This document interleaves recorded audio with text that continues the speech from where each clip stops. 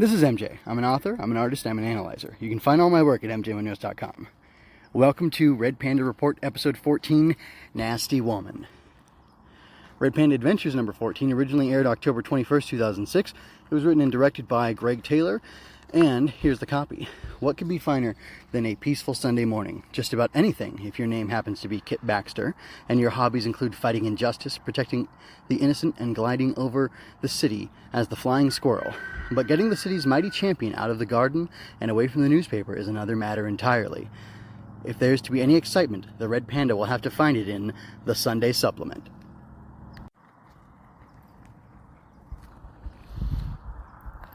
So first I want to talk about suspicious butlers. Apparently the Red Panda had to dismiss by hypnotizing a butler who had figured out that Kit and Red Panda were the flying squirrel and the Red Panda 3 times. And he was hypnotized 3 times and then he was finally sent away because you can only apparently manipulate the same part of the brain, the same memories, the same ideas and notions in a single person before you risk doing any damage to them. And because Red Panda is a vigilante but a hero and a good man, he didn't want to ruin this guy's brain, so he sent him away to another household. And now the current butler, who I can't remember the name of, but I believe he's the one who sticks around, he is a decent chap, and he's concerned that there might be some sort of impropriety between a billionaire playboy and his very attractive female driver who he spends lots of alone time with.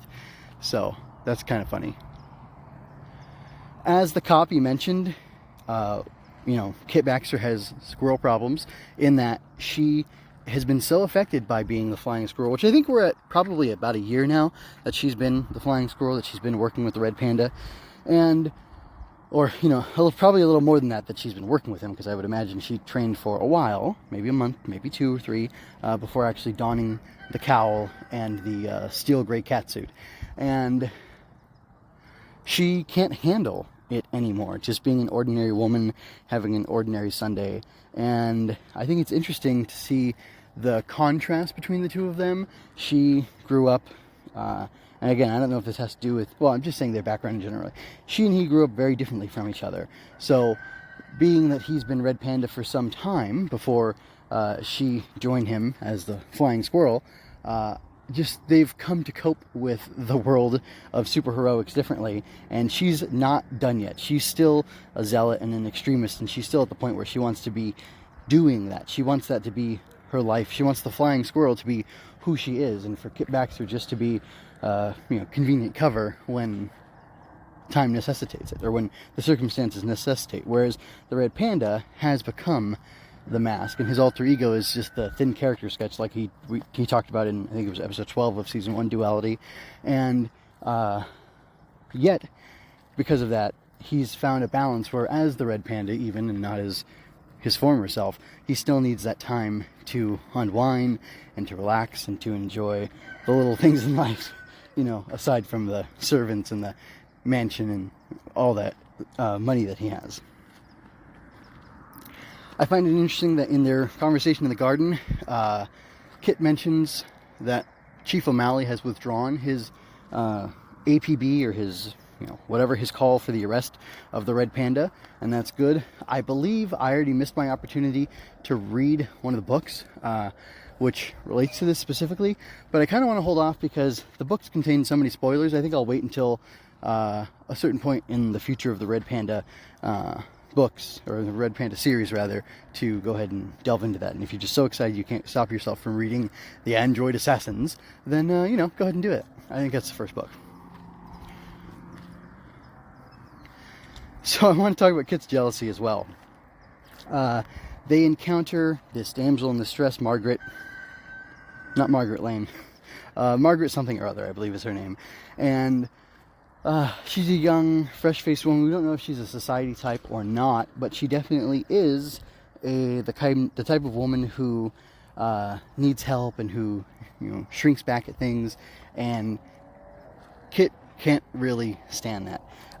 She seems to be jealous of the attention that Red Panda is giving to her, even though she appears to be a simple victim of the week, victim of the episode.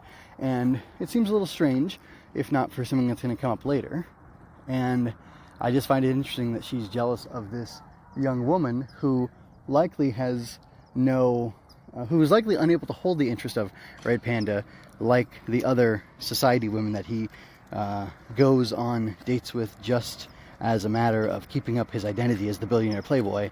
And yeah, I just find her jealousy interesting, although it definitely betrays the idea that she has feelings for her boss, if that hasn't been indicated yet. Then again, there are, by working by radio principles, there are always new people coming in, and you always need to be able to introduce them to core concepts of the show, the format, the program that you're doing.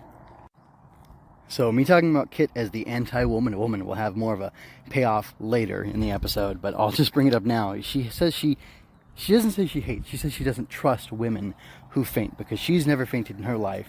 And this is strange. I talked about, what was I talking about? I was talking about something like comic books or Kamen Rider, which is Karate Bugman, tokusatsu television stuff from Japan for kids, right? And I brought up this, and I'll bring it up again. Jane Austen, and specifically Pride and Prejudice. Elizabeth is talking to her sister Jane, and Jane says, Elizabeth, or Lizzie, not everyone is like you. You need to stop imagining that everyone is just so much like you. Because Elizabeth has a hard time understanding other people and seeing things from their perspective, and therefore tolerating, allowing, or no, liking, allowing, / at minimum tolerating other people having different types of perspectives than she herself would have. And Kit kind of fits that mold, and it's interesting because that's a literary heroine, and I guess Kit would be a audio something heroine, so I guess it all makes sense. Okay, and now I'm going to start getting to it. So this young woman who they're trying to help out turns out to be a, she turns out to be not who she says she is. She is in fact a black market woman, and that means, if you haven't listened to the full episode, then, why not? But it turns out she is none other than the criminal mastermind, the Golden Claw. And that's interesting for a few reasons. One, it proves and it demonstrates just how clever and devious this woman is, because she had picked up the pieces of the criminal underworld that Red Panda had smashed and destroyed, I believe all by himself, before he and Kit got to working together. And then she was able to become the mastermind of the criminal world, and she was orchestrating it in a very profound way, very functional way. And she had a lot of moxie and was able to do a lot with that. But Red Panda and Flying Squirrel got her thrown in jail. She was arrested, and now she's made a comeback, except a couple things. One, she is in a different woman's body. This isn't plastic surgery. She's somehow transferred her mind, her heart, her soul, whatever, into that of another woman. So she's become a murderer. But more important than the murder is, that means that in the world of the Red Panda, in this 1920s, Canada, Toronto, whatever, there is enough science. This is implied. It's not stated specifically, but I believe it. I'm 95% sure that this comes up later, like in the 80s or hundreds of the run of the show, maybe like the 60s or 70s. But anyway, there is technology in this world to transfer somebody's essence into another body and make them into another person. And she says that this isn't just a new face, this isn't just plastic surgery. I've got new fingerprints, I'm 20 years younger, and that's incredible.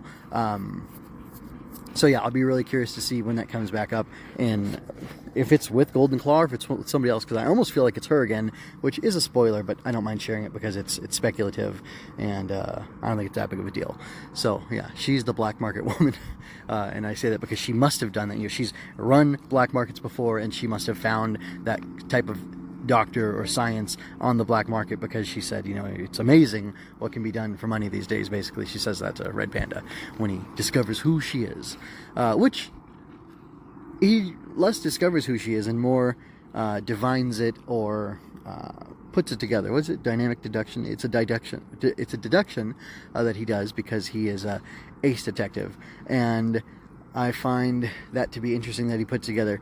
I listened to the episode a second time, and it made sense because her defense attorney was the one, was Bryce. He was the one that Margaret, whoever, some lady, she mentioned who he was, or that he was her father's attorney. Yes, some lady. I just made an inside joke in front of one of my kids. So anyway, so I thought that was, it is a good detective skill. I mean, the guy was uncuffing himself while chained in a dangerous situation with his life in danger, and he still was able to put all the pieces together, which is more than I could do. I don't think I could even pick locks like that, or I can't currently, but how can I? Practice, I guess. So that was interesting. Next thing, when Kit comes back, and before she's realized, I don't know if she's realized this is the Golden Claw or not, but she helps Red Panda because he tricked the doctor who is making this device I'll mention in a minute or two, or in a couple minutes. He tricked him into activating the radio ring and sending a distress signal out to Kit, basically, to come and save him. And she kind of mocks Red Panda for having a judo hold on Golden Claw and enjoying it too much, because he's so close to her, and she was jealous of the young woman earlier, yada yada. I gotta imagine Kit's no older than 25, so maybe this new body that Golden Claw has is like a 20-year-old woman, and therefore jealousy might seep in. But anyway, she comes over and she slaps Golden Claw so hard that she passes out, and then they're able to tie her up. Being that she's a murderous villainess, you can understand why she would do something like that. But Red Panda says afterwards, nasty. Like, oh man, like that was bad how hard you hit her and knocked her out. And she's like, you enjoyed it. And he feigns innocence. No, I would never enjoy something like that. How could you say that? And then Kit also mentions that she might be late getting into work the next day because she left her alarm clock at the house of one of the toughs that was working for Golden Claw, and it turns out that she left that clock there. It's just her alarm clock, and was pretending it was a bomb. So in her own way, Kit isn't a nasty woman herself, and it's just kind of interesting how that dynamic works out, and how that quality of that severity and that harshness and that grit to go as far as you need to go can take a person in different places, whether that's the heights of heroism or the depths of villainy. So speaking of the different qualities of women, I thought it was interesting that Kit exercised or showed women's intuition, because she was suspicious of Golden Claw all along, and she had many reasons, but perhaps one reason is that she sensed that something was off with her, and that she was, going to turn out to be somebody big and bad, which she did. And that's okay with me. It's just ironic that she had such a hard time with women's fainting and their softness and their delicacy, and yet here she is utilizing, even unconsciously, women's intuition. And like I said, I find that curious and kind of fun. All right, so we have some first appearances here. Well, sort of. No first appearances. I guess just the first appearance of technology that can transfer somebody into another body, which is weird. No real gadgets mentioned, except I don't know if they have mentioned the use of boomerangs before in their activities of superheroics, but here Kit mentions, the last episode, it was funny, you're the one who, who's going to keep me in grapple guns and gas grenades if not for you? And then today it's, you taught me how to use boomerangs and grapple guns, and now you expect me to just sit around and wait for lunch to be ready on a Sunday morning or whatever. That's kind of interesting. But a actual new thing that I know is actually unique to this episode is this electrical field disruptor, which it's funny, Red Panda is talking to the doctor who developed it, and there's this paradox that this electronic device disrupts electronic devices, so how can it operate itself in order to disrupt those electronic devices? Although we have EMP, you can get an EMP right now, electromagnetic pulse, by detonating a nuclear bomb, or by other means. I'm not exactly sure what all the other means are. I know there's a company out there called EMP Shield, and EMP Shield will protect your stuff from getting destroyed by an electromagnetic pulse or lightning strike. And anyway, that's interesting.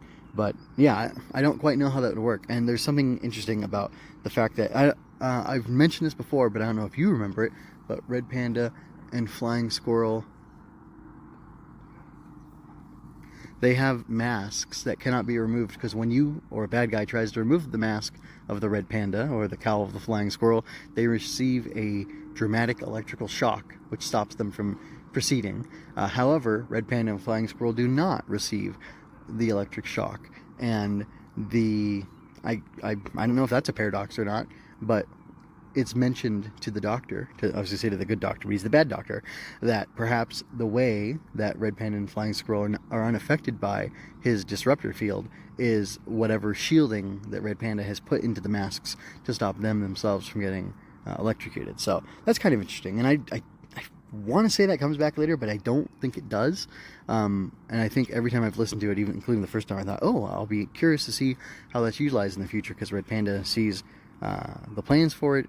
And I guess if he sees the plans for it, he's enough of a genius to be able to figure out how to make it work for himself. Maybe he can see the key factor, the paradox, the what do they call it? It's like a bypass circuit or something like that that allows that makes time travel possible. And yeah, I just think that's interesting. But like I said, I don't think it comes back again. So I'm gonna go ahead and wrap up. It's time for me to get out of here. I thank you for your time and attention. I thank you for listening, and I hope you look forward to more good, exciting, interesting episodes of Red Panda Adventures from Dakota Ring Theater. And remember, you can always go to dakotaringtheater.com to find more of this good audio stuff. And you can also check out Blackjack Justice, which is Martin Bracknell's immortal detective who has great adventures with Trixie Dixon, the girl detective. They're a his and hers detective team, and they have a really fun and interesting dynamic. So anyway, without further ado, I thank you for listening. This is MJ signing out.